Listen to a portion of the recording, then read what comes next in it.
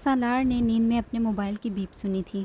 جب لگاتار موبائل بجتا رہا تو اس نے آنکھیں کھول دیں اور قدرے ناگواری کے عالم میں بیڈ سائڈ ٹیبل کو ٹٹولتے ہوئے موبائل اٹھایا۔ ہیلو، امامہ نے سالار کی آواز پہچان لی تھی۔ وہ فوری طور پر کچھ نہیں بول سکی۔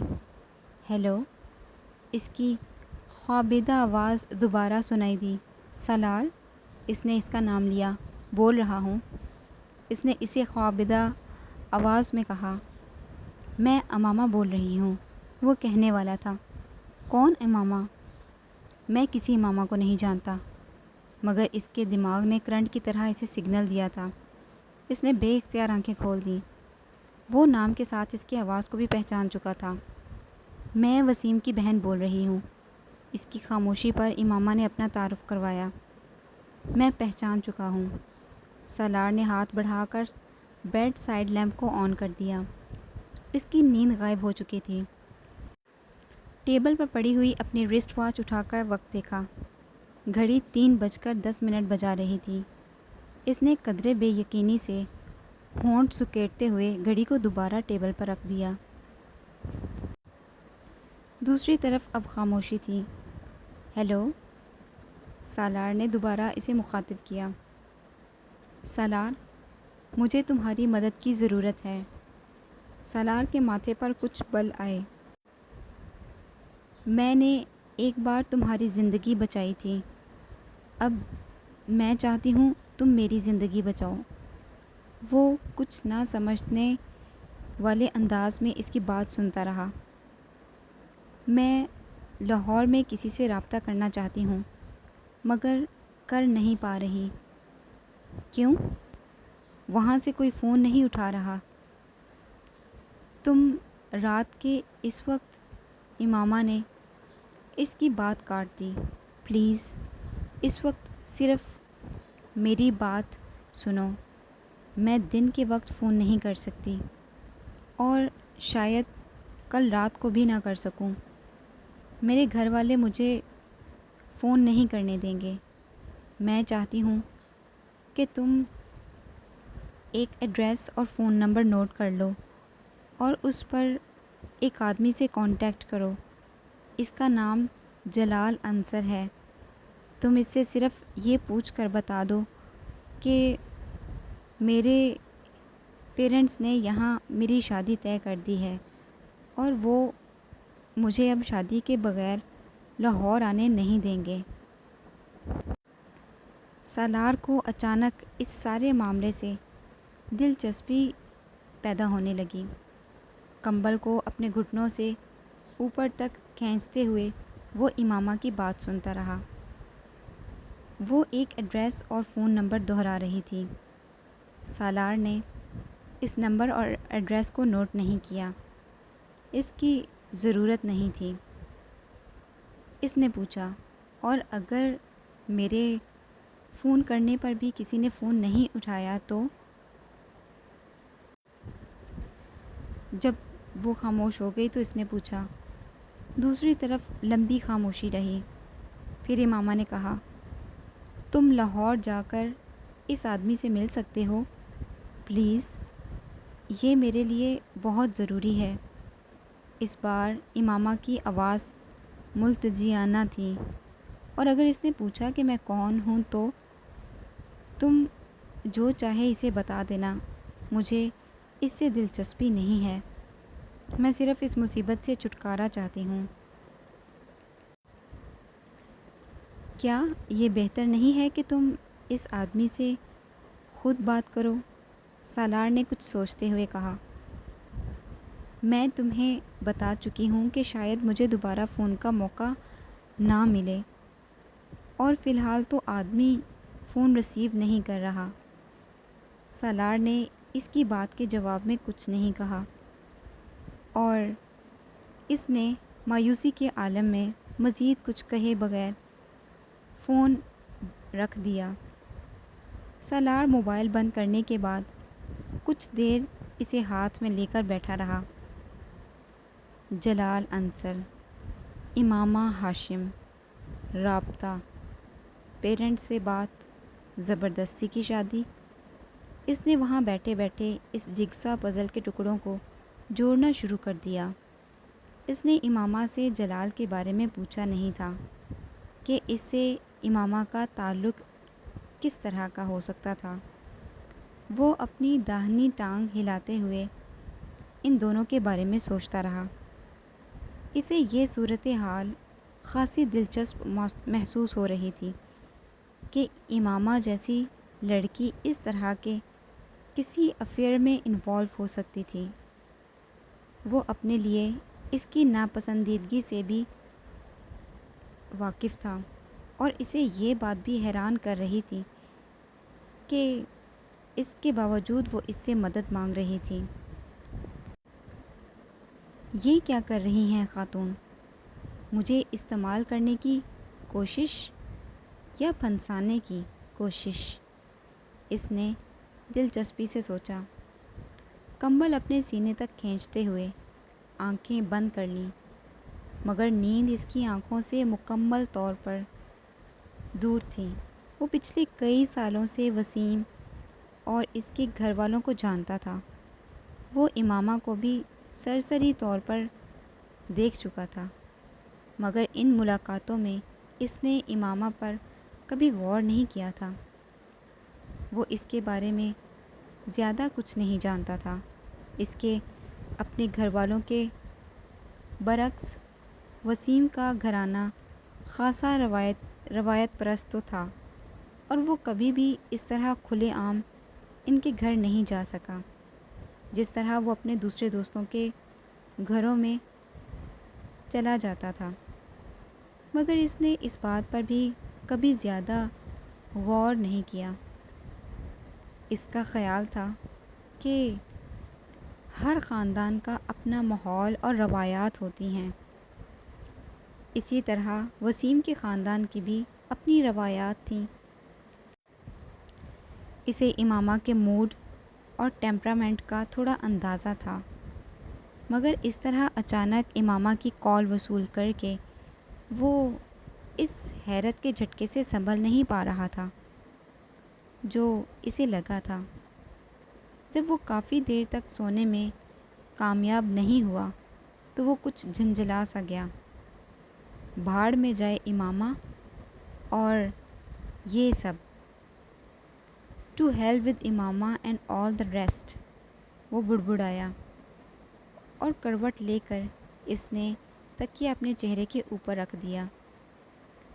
امامہ اپنے کمرے میں آ کر بھی اسی طرح بیٹھی رہی۔ اسے اپنے پیٹ میں گرہیں پڑتی ہوئی محسوس ہو رہی تھی۔ صرف چند گھنٹوں میں سب کچھ بدل گیا تھا۔ وہ پوری رات سو نہیں سکی تھی۔ صبح وہ ناشتے کے لیے باہر آئی۔ اس کی بھوک یکدم جیسے غائب ہو گئی تھی۔ 10:30 بجے کے قریب اس نے پورچ میں کچھ گاڑیوں کے اسٹارٹ ہونے اور جانے کی آوازیں سنیں۔ وہ جانتی تھی اس وقت ہاشم مبین اور اس کے بڑے بھائی آفس چلے جاتے ہیں، اور اسے ان کے آفس جانے کا انتظار تھا۔ ان کے جانے کے آدھے گھنٹے بعد وہ اپنے کمرے سے باہر آئی۔ لاؤنج میں اس کی امی اور بھابھی بیٹھی ہوئی تھیں۔ وہ خاموشی سے فون کے پاس چلی گئی۔ اس نے فون کا رسیور اٹھانے کے لیے ہاتھ بڑھایا ہی تھا کہ اسے اپنی امی کی آواز سنائی دی۔ تمہارے بابا کہہ کر گئے ہیں کہ تم کہیں فون نہیں کرو گی۔ اس نے گردن موڑ کر اپنی امی کو دیکھا۔ میں اسجد کو فون کر رہی ہوں۔ کس لیے؟ میں اس سے بات کرنا چاہتی ہوں۔ وہی فضول باتیں جو تم رات کو کر رہی تھی، سلمیٰ نے تیز لہجے میں کہا۔ میں آپ کے سامنے بات کر رہی ہوں، آپ مجھے بات کرنے دیں۔ اگر میں نے کوئی غلط بات کی تو آپ فون بند کر سکتی ہیں، اس نے پرسکون انداز میں کہا، اور شاید یہ اس کا انداز ہی تھا جس نے سلمیٰ کو کچھ مطمئن کر دیا۔ امامہ نے نمبر ڈائل کیا مگر وہ اسجد کو فون نہیں کر رہی تھی۔ چند بار بیل بجنے کے بعد دوسری طرف فون اٹھا لیا گیا۔ فون اٹھانے والا جلال ہی تھا۔ خوشی کی ایک لہر امامہ کے اندر سے گزر گئی۔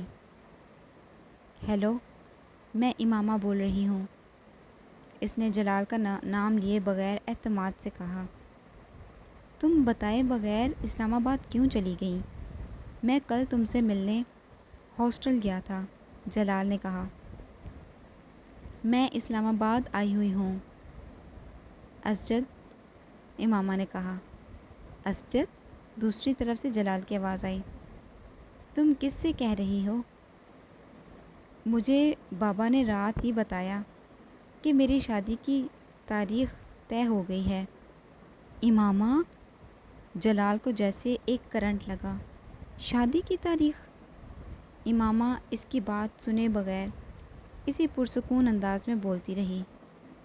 میں جاننا چاہتی ہوں کہ تم نے اپنے پیرنٹس سے بات کی ہے؟ امامہ، میں ابھی بات نہیں کر سکا۔ تو پھر تم بات کرو۔ میں تمہارے علاوہ کسی دوسرے سے شادی نہیں کر سکتی، یہ تم جانتے ہو، مگر میں اس طرح کی شادی نہیں کروں گی۔ تم اپنے پیرنٹس سے بات کرو اور پھر مجھے بتاؤ کہ وہ کیا کہتے ہیں۔ امامہ، کیا تمہارے پاس کوئی ہے؟ جلال کے ذہن میں اچانک ایک جھماکا ہوا۔ ہاں۔ اس لیے تم مجھے اسجد کہہ رہی ہو؟ ہاں، میں اپنے پیرنٹس سے بات کرتا ہوں۔ تم مجھے دوبارہ رنگ کب کرو گی؟ تم مجھے بتا دو کہ میں تمہیں کب رنگ کروں۔ کل فون کر لو۔ تمہاری شادی کی تاریخ کب طے کی گئی ہے؟ جلال کی آواز میں پریشانی تھی۔ یہ مجھے نہیں پتہ، امامہ نے کہا۔ ٹھیک ہے امامہ، میں آج ہی اپنے پیرنٹس سے بات کرتا ہوں اور تم پریشان مت ہونا، سب ٹھیک ہو جائے گا۔ اس نے امامہ کو تسلی دیتے ہوئے فون بند کر دیا۔ امامہ نے شکر ادا کیا کہ اس کی بھابھی یا امی کو یہ شک نہیں ہو سکا کہ وہ اسجد سے نہیں کسی اور سے بات کر رہی تھی۔ یہ شادی تمہارے بابا اور اعظم بھائی نے مل کر طے کی ہے۔ تمہارے یا اسجد کے کہنے پر وہ اسے ملتوی نہیں کریں گے۔ سلمیٰ نے اس بار قدرے نرم لہجے میں کہا۔ امی، میں مارکیٹ تک جا رہی ہوں، مجھے کچھ ضروری چیزیں لینی ہیں۔ امامہ نے ان کی بات کا جواب دینے کی بجائے کہا، فون کی بات دوسری ہے مگر میں تمہیں گھر سے نکلنے کی اجازت نہیں دے سکتی۔ تمہارے بابا نہ صرف مجھے بلکہ چوکیدار کو بھی ہدایت کر کے گئے ہیں کہ تمہیں باہر جانے نہ دیں۔ امی، آپ لوگ میرے ساتھ آخر اس طرح کیوں کر رہے ہیں؟ امامہ نے کچھ بے بسی کے عالم میں صوفے پر بیٹھتے ہوئے کہا۔ میں نے آپ کو اپنی شادی سے تو منع نہیں کیا، میری ہاؤس جاب تک انتظار کر لیں، اس کے بعد میری شادی کر دیں۔ میری سمجھ میں یہ بات نہیں آتی کہ تم شادی سے انکار کیوں کر رہی ہو؟ تمہاری شادی جلد ہو رہی ہے مگر تمہاری مرضی کے خلاف تو نہیں ہو رہی۔ اس بار اس کی بھابھی نے اسے سمجھانے کی کوشش کی۔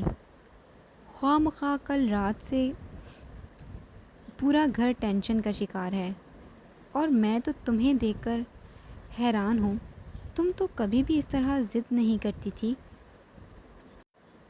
پھر اب کیا ہو گیا ہے تمہیں؟ جب سے تم لاہور گئی ہو بہت عجیب ہو گئی ہو، اور ہمارے چاہنے سے ویسے بھی کچھ نہیں ہوگا۔ میں نے تمہیں بتایا ہے تمہارے بابا نے طے کیا ہے یہ سب کچھ۔ آپ انہیں سمجھا تو سکتی تھی۔ امامہ نے سلمیٰ کی بات پر احتجاج کیا۔ کس بات پر؟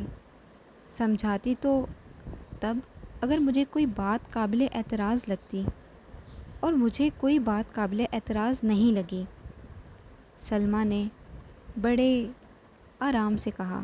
امامہ غصے کے عالم میں وہاں سے اٹھ کر اپنے کمرے میں آ گئی۔